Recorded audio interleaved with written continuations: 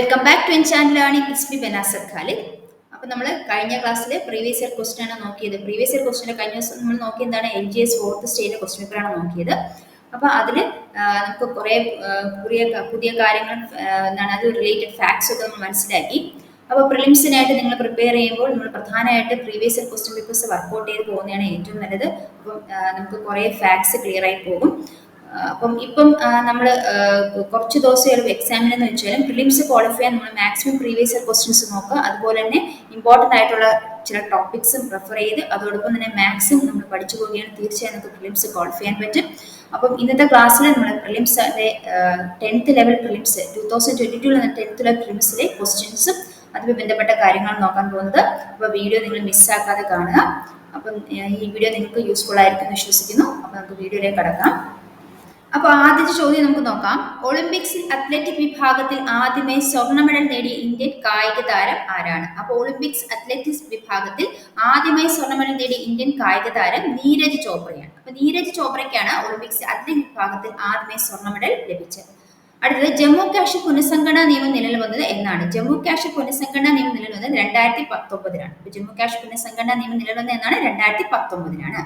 ഇനി 2021 എഴുത്തച്ഛൻ പുരസ്കാരം നേടിയ വ്യക്തി ആരാണ്? 2021 എഴുത്തച്ഛൻ പുരസ്കാരം നേടിയ വ്യക്തി പി വത്സലയാണ്. അപ്പൊ 2023 എഴുത്തച്ഛൻ പുരസ്കാരം നേടിയത് ആർക്കാണ്? പി വത്സലയ്ക്കാണ്. ഇനി എഴുത്തച്ഛൻ പുരസ്കാരം നേടിയ മറ്റു വ്യക്തികളെ കുറിച്ച് നമുക്ക് മനസ്സിലാക്കാം. അപ്പൊ 2021 എഴുത്തച്ഛൻ പുരസ്കാരം നേടിയത് പി വത്സലയാണ്. ഇനി 2020 ലഭിച്ചത് പോൾ സക്രയ്ക്കാണ്. 2020 ലഭിച്ചത് പോൾ സക്രയ്ക്കും 2021 പി വത്സലയ്ക്കുമാണ് എഴുത്തച്ഛൻ പുരസ്കാരം ലഭിച്ചത്. ഇനി 2022 സേതുവിനാണ് എഴുത്തച്ഛൻ പുരസ്കാരം ലഭിച്ചത്. 2023 എസ് കെ വസന്തനാണ് എഴുത്തച്ഛൻ പുരസ്കാരം ലഭിച്ചത്. അപ്പൊ 2023 എഴുത്തച്ഛൻ പുരസ്കാരം ലഭിച്ചത് എസ് കെ വസന്തനാണ് കൂടെ ഓർത്തുവെക്കും. അടുത്ത കേരളത്തിൽ 2021 നിലവിൽ നിയമസഭ സംസ്ഥാനത്തെ എത്രാമത്തെ നിയമസഭയാണ്? കേരളത്തിൽ 2021 നിലവിൽ നിയമസഭ സംസ്ഥാനത്തെ എത്രാമത്തെ നിയമസഭയാണ്? 15ാമത്തെ നിയമസഭയാണ്.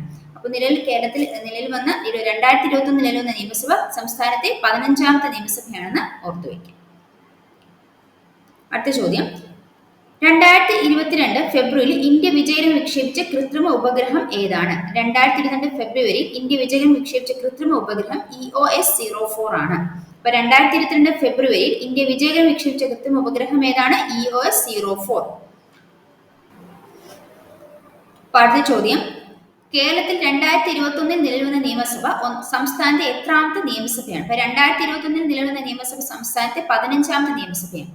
ഇനി 2022 ഫെബ്രുവരിയിൽ ഇന്ത്യ വിജയകരമായി വിക്ഷേപിച്ച കൃത്രിമ ഉപഗ്രഹം ഏതാണ്? 2022 ഫെബ്രുവരിയിൽ ഇന്ത്യ വിജയകരമായി വിക്ഷേപിച്ച കൃത്രിമ ഉപഗ്രഹമാണ് EOS-04.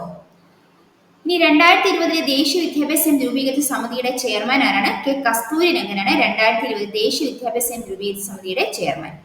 18 വയസ്സിന് താഴെയുള്ള കുട്ടികൾക്ക് മാരകരോഗങ്ങൾക്ക് സൗജന്യ ചികിത്സ നൽകുന്ന കേരള സർക്കാർ പദ്ധതിയാണ് ഏതാണ്? താലോലമാണ് കേരള സർക്കാർ പദ്ധതി. 18 വയസ്സിന് താഴെയുള്ള കുട്ടികൾക്ക് മാരകരോഗങ്ങൾക്ക് സൗജന്യ ചികിത്സ നൽകുന്ന കേരള സർക്കാർ പദ്ധതിയാണ് താലോലം. ഇനി 2021 JC ഡാലൻ പുരസ്കാരം നേടിയതാരാണ്? ഇവിടെ ഓപ്ഷൻസിൽ ഉത്തരമില്ല. ഉത്തരം KP കുമാരനാണ്. അപ്പൊ 2021 JC ഡാലൻ പുരസ്കാരം ലഭിച്ചത് KP കുമാരനാണ്. 2022 TV ചന്ദ്രനുമാണ് JC ഡാനിയൽ പുരസ്കാരം ലഭിച്ചത്. അടുത്ത ചോദ്യം. കേരളത്തിലെ അന്താരാഷ്ട്ര വൈറോളജി ഇൻസ്റ്റിറ്റ്യൂട്ട് ഏത് ജില്ലയിലാണ്? കേരളത്തിലെ അന്താരാഷ്ട്ര വൈറോളജി ഇൻസ്റ്റിറ്റ്യൂട്ട് ഏത് ജില്ലയിലാണ്? തിരുവനന്തപുരം ജില്ലയിലാണ് കേരളത്തിലെ അന്താരാഷ്ട്ര വൈറോളജി ഇൻസ്റ്റിറ്റ്യൂട്ട് സ്ഥിതി ചെയ്യുന്നത്. കേരളത്തിൽ ആദ്യമായി 100% വാക്സിനേഷൻ പൂർത്തിയാക്കിയ ഗോത്ര പഞ്ചായത്ത് ഏതാണ്? കേരളത്തിൽ ആദ്യമായി 100% വാക്സിനേഷൻ പൂർത്തിയാക്കിയ ഗോത്ര പഞ്ചായത്ത് നൂൽപ്പുഴയാണ്. കേരളത്തിലെ ആദ്യമായി 100% വാക്സിനേഷൻ പൂർത്തിയാക്കിയ ഗോത്ര പഞ്ചായത്ത്. അടുത്ത ചോദ്യം. ഇന്ത്യയുടെ സമ്പദ് വ്യവസ്ഥ നട്ടെല്ല് എന്നറിയപ്പെടുന്ന പ്രദേശം? ഇന്ത്യയുടെ സമ്പദ് വ്യവസ്ഥയുടെ നട്ടെല്ല് എന്നറിയപ്പെടുന്ന പ്രദേശം ഉത്തര മഹാസമതലം. ഇന്ത്യയുടെ സമ്പദ് വ്യവസ്ഥ നട്ടെല്ല് എന്നറിയപ്പെടുന്ന പ്രദേശം ഏതാണ്? ഉത്തര മഹാസമതലം. അടുത്ത ചോദ്യം. താഴെ തന്നിരിക്കുന്നവയിൽ നിന്നും ഉപതീയ നദികളിൽ ഉൾപ്പെടാത്ത നദി എന്ന് കണ്ടെത്തുക. അപ്പൊ താഴെ തന്നിരിക്കുന്ന ഉപതീയ നദികളിൽ ഉൾപ്പെടാത്ത നദിയാണ് ലൂണി. ബാക്കി 3 നദികളും ഉപതീയ നദികളിൽ ഉൾപ്പെടുന്നതാണ്. നർമ്മദ, മഹാനദി, കാവേരി എന്നിവ ഉപതീയ നദികൾക്ക് ഉദാഹരണം നർമ്മദ, മഹാനദി, കാവേരി. ഈ റിഗർ എന്നറിയപ്പെടുന്ന കറുത്ത മണ്ണ് ഏറ്റവും അനുയോജ്യമായ കൃഷി ഏതാണ്? റിഗർ എന്നറിയപ്പെടുന്ന കറുത്ത മണ്ണിന് ഏറ്റവും അനുയോജ്യമായ കൃഷി പരുത്തിയാണ്. ഇന്ത്യയിൽ ഏറ്റവും കൂടുതൽ മഴ ലഭിക്കുന്ന പ്രദേശമായ മൗസിൻ റാം ഏത് സംസ്ഥാനത്തിലാണ്? ഇന്ത്യയിൽ ഏറ്റവും കൂടുതൽ മഴ ലഭിക്കുന്നത് എവിടെയാണ്?